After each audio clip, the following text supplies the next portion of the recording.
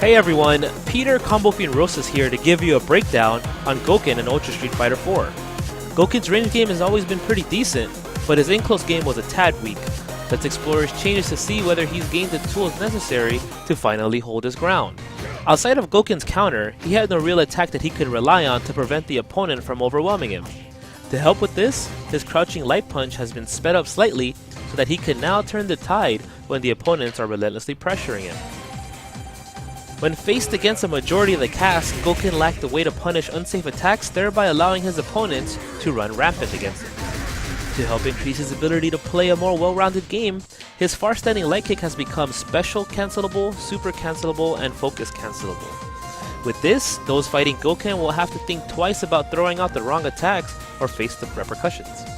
Gouken's ability to do damage from his low attacks was severely underwhelming, as his crouching middle punch allowed opponents to recover too quickly for his projectile or any other special attacks to combo, leaving his only reliable low attack in the form of his crouching hard kick.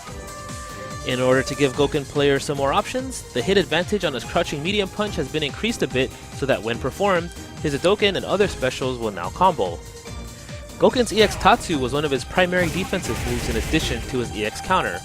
However, due to its high propensity to go over low-profile attacks and its slow startup, it was a high-risk, low-reward attack that did more bad than good.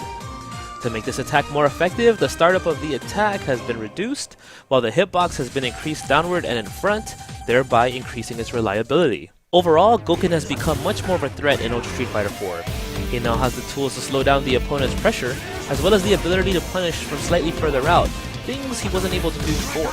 With the increase in range to his EX Tatsu, opponents will have to think twice about how they approach him or risk being kicked in the face. On the flip side, Gouken players will have to make sure that they don't abuse their newfound powers, otherwise it could cost them the match.